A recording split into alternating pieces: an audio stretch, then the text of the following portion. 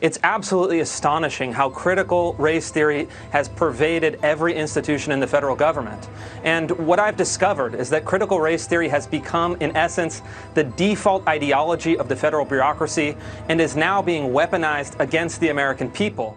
Is the complete opposite from the days of Jim Crow and segregation to where we are now. It's complete and total nonsense. In fact, I think it's gone to the actual opposite.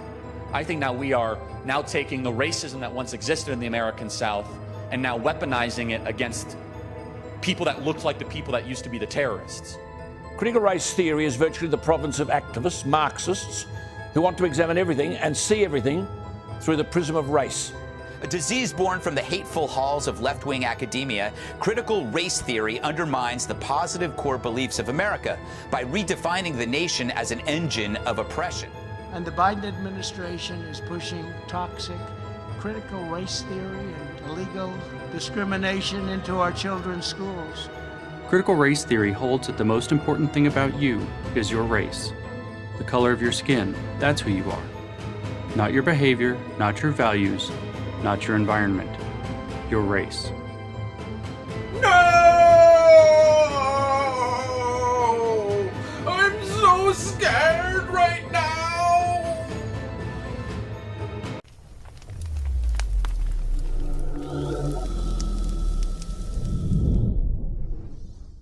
Now that we've heard from the ignorant reactionary pinecones, we should probably define the term critical race theory. Is it really a Marxist, communist plot to take over the world by throwing all white people into the fiery depths of Mount Doom? Well, I know this may come as a surprise to many of you watching, but no, it's really not. The definition provided by Education Week was the most concise one I was able to find, and it lines up with most of the other material I've read while researching the video. Quote, critical race theory is an academic concept that is more than 40 years old. The core idea is that racism is a social construct, and that it is not merely the product of individual bias or prejudice, but also something embedded in legal systems and policies. The basic tenets of critical race theory, or CRT, emerged out of a framework for legal analysis in the late 1970s and early 80s, created by legal scholars Derek Bell, Kimberly Crenshaw, and Richard Delgado, among others. End quote. And I wanted to add this bit from the American Bar Association because I think it's relevant insofar as how CRT is often applied in the real world. Quote, CRT critiques how the social construction of race and institutionalized racism perpetuate a racial caste system that relegates people of color to the bottom tiers. CRT also recognizes that race intersects with other identities, including sexuality, gender identity, and others. CRT recognizes that racism is not a bygone relic of the past. Instead, it acknowledges that the legacy of slavery, segregation, and the imposition of second-class citizenship on Black Americans and other people of color continue to permeate the social fabric of this nation, end quote.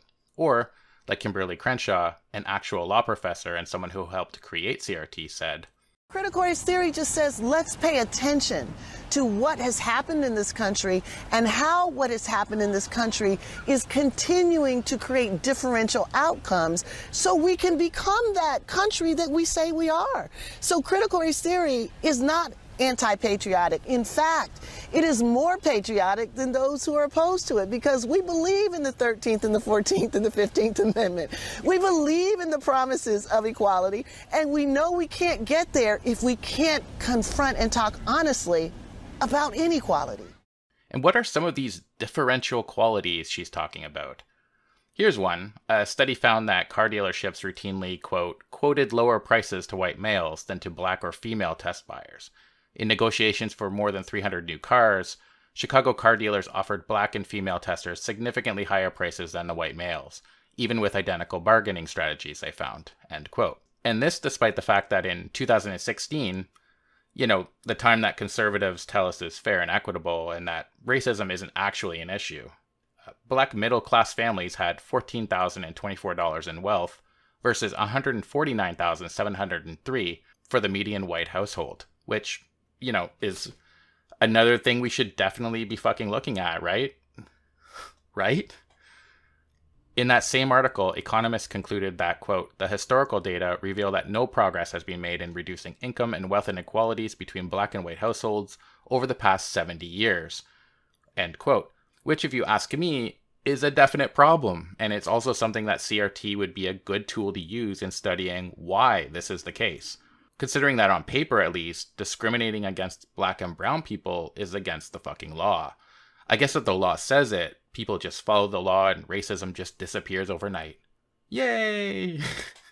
Anyway, back to the car dealerships price gouging women and people of color. So, you have black families who are on average far less wealthy than their white counterparts, yet they're forced to pay higher prices for a car, which they likely need to get to their underpaid job so that they can survive and, eat and stuff. Nothing to worry about here, folks. The far-right pinecones have told you all about personal responsibility and bigotry of low expectations and all that other complete horseshit. So I guess the historical realities, lived experiences of people of color, and all of the data pointing towards extreme inequalities is just a hoax. How about the fact that black and Latino families were hit far harder by the pandemic than white families? And that's just financially. Did I mention yet that they're also dying? Because, yeah, black and Latino and indigenous populations are contracting, being hospitalized, and dying of COVID at a much higher rate than white people. Because racism, and also because of their lower socioeconomic status, that they have less access to healthcare and often work lower paying jobs. Those jobs we started calling essential, but went right back to calling burger flipping as soon as the worst of the pandemic was over. Remember how CRT was particularly interested in the legal system? In 2018, a report to the United Nations outlined how, quote, African Americans are more likely than white Americans to be arrested. Once arrested, they are more likely to be convicted. And once convicted, they are more likely to experience lengthy prison sentences. African American adults are 5.9 times as likely to be incarcerated than whites, and Hispanics are 3.1 times as likely. As of 2001, 1 of every 3 black boys born in that year could expect to go to prison in his lifetime, as could 1 of every 6 Latinos, compared to 1 of every 17 white boys. End quote. Now, I'm not going to go into all the ways that the criminal justice system discriminates against black and brown bodies, as well as women, the LGBTQ+ community, and the poor. I'll leave some links in the description box.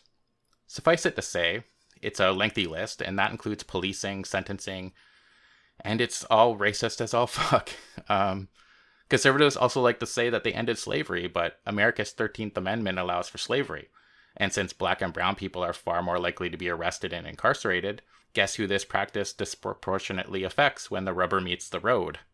Remember, CRT has said the core idea is that racism is a social construct, and that it's not merely the product of individual bias or prejudice, but also something embedded in legal systems and policies. Kind of sounds like what we're talking about here, because these practices are embedded within the legal systems and then wielded like a hammer towards marginalized communities, especially people of color. And if you hail from my neck of the woods, Canada, you might be sitting there smugly telling yourself that at least we're not as bad as those racist Americans. But that's complete donkey piss as well. Here in the Great White North, we recently discovered the bodies of 215 Indigenous children who had been buried in a mass, unmarked grave outside of a residential school. Residential schools, for those of you that don't know, were run by churches at the government's request and blessing, where they carried out a cultural genocide against the remaining Indigenous population, including making them cut their hair, not allowing them to speak their own language, and mercilessly beating, raping, and killing young fucking defenseless children, after they had ripped them from their families to Christianize them. Trudeau, our great Prime Minister, stood up and told us how awful this all was, and vowed that there would be concrete action after the discovery, while simultaneously fighting residential school survivors in court for fucking years. And as a further kick in the goddamn teeth, we've known about these graves for a long time, but instead of doing anything about it, our government just ignored it and hoped it would go away. As one Indigenous member of the NDP put it, quote, "It is a great open secret that our children lie on the properties of the former schools, an open secret that Canadians no longer can look away from," end quote. And that's just a tip of a dirty, shit-stained iceberg of indifference and abject racist policies that Indigenous people have to face in Canada every single day. Hell, we've deprived them of fucking drinking water, for fuck's sakes, for years. Trudeau continued carrying out these policies, and he still has the absolute audacity to stand up there and talk about concrete actions. I mean, I could go on for hours about the many, many systemic racist issues our two countries face, legally, institutionally, and individually, and historically. And yet, instead of attempting to face these issues head on, conservatives have decided that talking about these things and studying them is actually the racist part. It's downright staggeringly dopey. It challenges the imagination, honestly. How the hell did we get here? I'm so bloody tired. Anyhow, now that we've established that there is a very, very good reason to have a critical look at our legal system, government, and the various policies that directly or indirectly disadvantage marginalized people, like, CRT, let's talk about the old standby of racists that people who take CRT seriously can't even agree on what to do about it. And yeah, that's true. Because to do anything, you have to understand it and actually see it. And a lot of people are too busy trying to cover their eyes to actually take an honest look at that data or to listen to the communities most being affected. But also, there is no academic topic where everyone agrees. Philosophers argue constantly. Scientists disagree with each other all the time.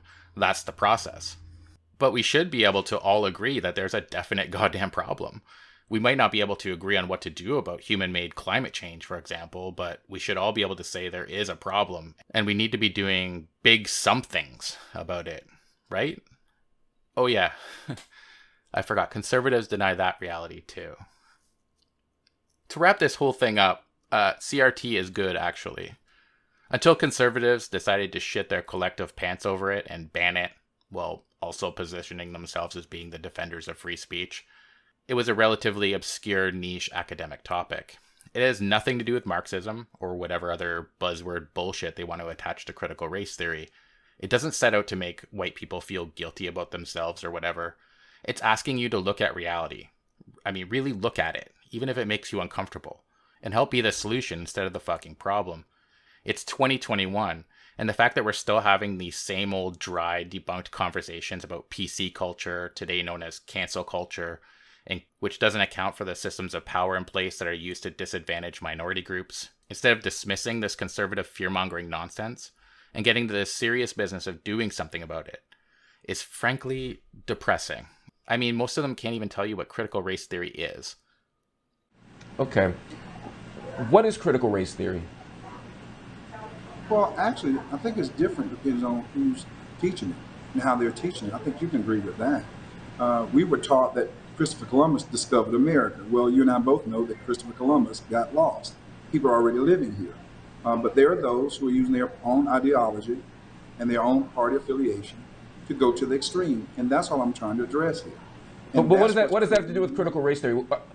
Let me pause for 1 second. I'm trying to understand, though.